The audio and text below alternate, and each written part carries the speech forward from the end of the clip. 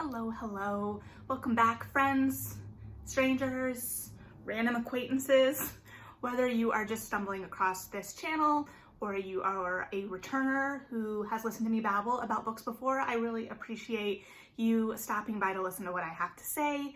Today, I'm going to be talking about Amari and the Night Brothers by B.B. Alston. This book was just such a delight, and it brought such a wonderment and joy that I haven't experienced for a while, and it made me kind of emotional sometimes. So we'll get into all of that. But I also found it really interesting because I had a video that I kind of scrapped this week. I was doing a lot of thinking and recollecting in relation to the Taylor Swift Fearless re-release and kind of examining my reading life back in 2008, 2009 when I was a senior in high school compared to now, and thinking about what I was reading then and what I've read recently that kind of takes me back to that time, whether the books are in the same vein or not. It sounded good in theory. My execution wasn't super great. So that being said, this book, while it didn't take me back to 2008, 2009 because I was a senior in high school, it definitely still took me back, maybe I would have been reading things like this, but to that discovery and that joy. I think that this book does such a beautiful job of capturing just this quintessential, timeless, middle grade essence, and the essence of discovering in that time of your life, while also being very grounded in the current moment in some ways that I really can't go into as much depth as I would like to in regards to the ending, because I don't want to spoil anything for anyone. I don't want to steal that same, well, in terms of that development, I don't know if joy is the right word.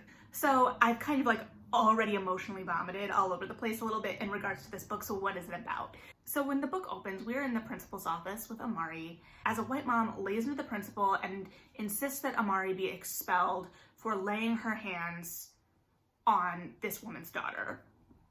And it's very clear that this woman's daughter is the mean girl, has been picking on Amari. Amari's brother Quentin has disappeared. He's been kind of the bright, shining light in Amari's life. He's also very well regarded at this school, in their community. He was just this really well-liked guy with tons of potential, and he got this job and his family doesn't know much about it, and then he disappeared. And so they've been fighting off both their grief and rumors that are starting to circulate about what exactly has been going on. And this girl, because children can be awful and cruel, has used that against Amari, and Amari lashed out at this girl who has been harassing her. So we're immediately in that place, right? So her scholarship is stripped because that's the lowest punishment the principal claims they can get away with the zero tolerance policy. This other girl gets off basically scot-free. It's a scenario we all know happens and just makes my blood boil with rage. I've gone on a little long about just this entry scene, right? It does such a good job at placing us in the world of this immediately, and it also sets up events that are going to be mirrored later in the book. So Amari gets grounded. She gets the surprise delivery, very Men in Black-y, as that's one of the comp titles of the book. Although, do children know Men in Black? I mean, that's probably for adults that are buying the book, right? So she gets this surprise delivery, and it's basically this supernatural or weird sci-fi recorded message from her brother that ends up taking her to this summer program. So this invitation brings her to this whole other world that is a mix between the supernatural with some extra sci-fi tech elements as well. But you've got boogeymen and abominable snowmen and yetis. But there is a whole department at the Bureau of Supernatural Affairs that works to cover up if a normal person may happen upon these supernatural beings. And it's just so clever, the way it invites us as readers into the world. Everything feels fun. There is a level of wonder and joy in these discoveries, even as our stakes are very high with Amari wanting to find her brother, and then something happening during her like opening ceremony, induction ceremony, if you will, something happens there that sets her apart from her peers in a way that makes her an outsider of sorts again, and she has to grapple with that. Meanwhile, she learns that her brother was part of this like duo that was named Vanquish because it was this young woman, Maria Van Helsing, with Quentin. They were these like stars in the Supernatural Bureau of Investigations, which is the most competitive of these bureaus all of these kids are trying out for, and the one Amari goes for because she wants to find her brother. She thinks it's the best shot. But that also puts her up against the Van Helsing twins, who are the younger siblings of Maria, and Laura doesn't like Amari. She blames Quentin for Maria's disappearance, and she is kind of a mirror image of that bully girl we saw at the beginning. And then her brother Dylan is a little quieter. He's not as active in the harassment, but he keeps his distance at first, and then gradually he starts talking to Amari more. So they are thrown together more, and that develops. Meanwhile, Amari has developed a friendship with her roommate, Elsie, who is a delight and is a were-dragon, except she hasn't shifted yet, and so she's been declared practically human. And it's just all so good. It's so good. But I think this was really wonderful in the world building because we were getting to discover it with Amari. And I think that that is a strength of this kind of fantasy, right? Where you've got an outsider discovering a new world, because we are outsiders as readers. So we're getting to discover this world with Amari.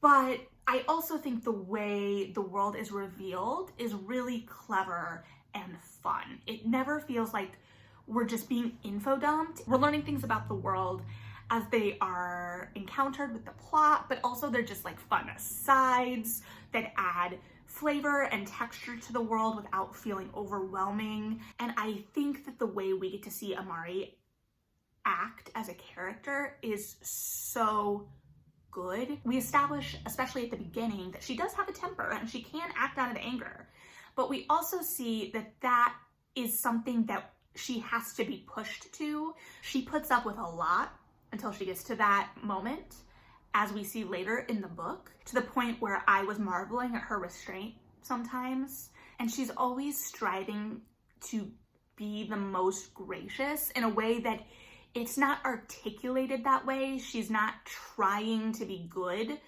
but like when she first meets Elsie and she's thrown off her game a little bit, she's just learning all of this new stuff about her brother and this world that she's been thrown into, and she gets a little short with Elsie at one point and goes to sleep. Elsie falls asleep before she can, make amends.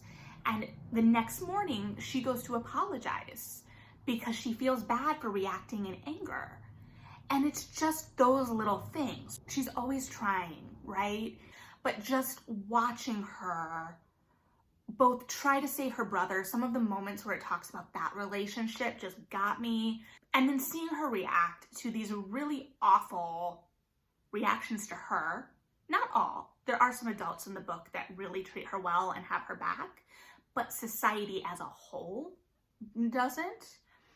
And to see that and then still watch her wonder and watch her work so dang hard and see her go home and still be thinking of home and the people back home. And she also brings that experience with her and doesn't judge people on sight and tries to figure out who they are as people and not make snap judgments.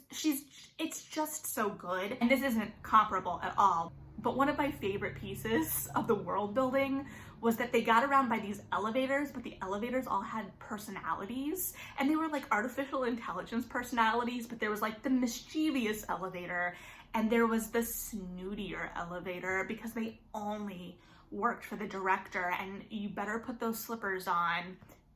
And there was the faster elevator, and there was an elevator that sang opera. Just those little details, right? And I think that those are delightful to read about no matter what your age. I think you're gonna chuckle about it as a kid, and as an adult, you're gonna be like, yeah. Speaking of which, things that you can appreciate on different levels, all of the literary allusions in here are fantastic, right? It is so smart. Obviously, we've got our Van Helsings. But one thing that I really, really loved is our major villain in this is Moreau, a magician named Moreau. So Quentin and Maria have supposedly been abducted by this magician's apprentice after this magician has been captured. And now we are seeing attacks supposedly carried out by this apprentice of hybrid animal creatures. Hybrid animal creatures that were supposedly created by this magician Moreau. And I was like, it's so dang smart. It's so dang smart, right? It's the island of Dr. Moreau. And there's references to Merlin, even though the way he's described in this is not a way I've heard him described before, which is also a delight. So there's just these levels. And I think some of these allusions kids are gonna pick up on for sure, like Merlin. And then others, either the adults in their lives are going to pick up on them, they're going to pick up on them because they're a little ahead of the curve, or they're going to look back on it and be like, oh. And I would read like side quest books set in every department. Like we get little peeks because like Elsie, I can't remember the name of her department, but she's like an inventor. And there's the department that's all just the cover-ups. And there is a department that's just called the Department of the Dead.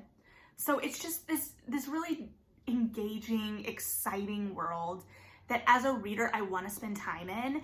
And I think too, the pacing of the book is spot on because I always feel like I'm discovering something new. The plot keeps pushing forward. I'm learning more about Amari as a character. I'm still getting to play in this world as she pushes forward in her investigation.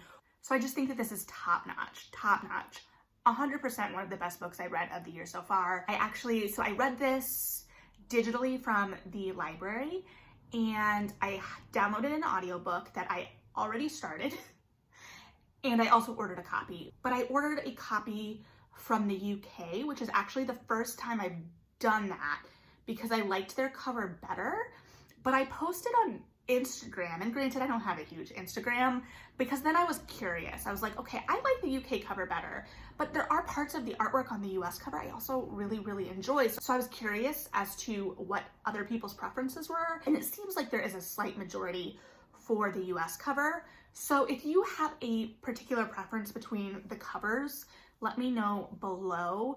I will say that I think my preference comes down to, there's something about the illustration of the eyes in the US cover. They have that really doll-like quality that I was kind of like, I don't know. I think it looks better, bigger. So I think in the actual book, it would probably be okay. And I love everything else about the illustration. So I don't know, but I ordered the UK version and I may just lose all self-control and also buy the US version. I don't know, but I loved the book that much. So definitely, if you enjoy whimsical but grounded fantasy worlds, if you have any middle grade readers in your life, definitely gift them this book.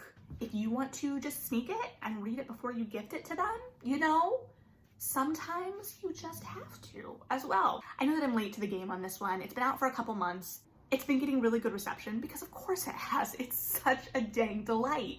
So if you need something in your life right now that is just going to bring you some joy, I would recommend this book. So if you have read this book, I'd love to hear your thoughts below. If you have a favorite elevator, let me know. But yeah, it's been an interesting week, and just having this book to go back to has been a delight. So let me know what you thought, read something good, and yeah, bye.